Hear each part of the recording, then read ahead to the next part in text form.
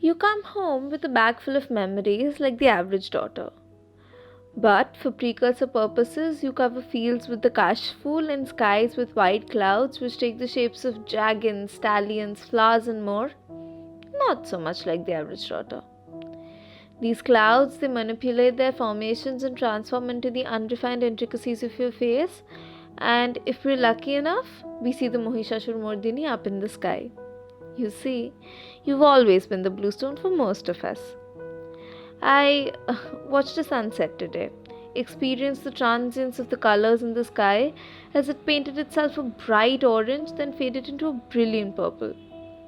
The sun, as for a last attempt at imposing its majesty, set the sky ablaze with a soft yellow, which in turn washed the city a beautiful golden.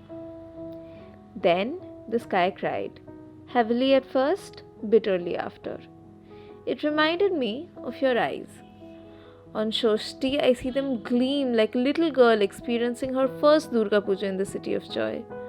Wandering, trying to take in all the magnificent sights all at once. On Shoptami, they look like the eyes of an enthusiastic teenager, vying to see all of North Calcutta in a day, resigning halfway, ending up laughing and gossiping with friends over a bharet cha at Pintuda's tea stall. On Ashtami, I seen you an elated 28-year-old, giddy while everyone fusses over her makeup and decks her up for her wedding. In your case, it just happens to be the Shandhi Puja. On Navami, I sense a feeling of confusion, of disbelief.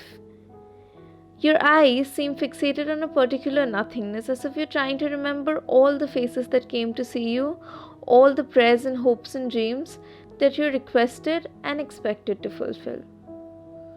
On Dashami, the smile on your face that's looking half-hearted this time, we all see your eyes watering as we prepare ourselves to bid you yet another goodbye for yet another year. When we help you off that truck, we know you cry too. Maybe that's why they immerse you in the Ganges. So your tears remain a secret. I watched a sunset today, stuck in an emotional transit about if this anticipation is better than those 5 days of puja after all. I'm masking my vulnerability, much like you. But puja to chole elo re. No more blues.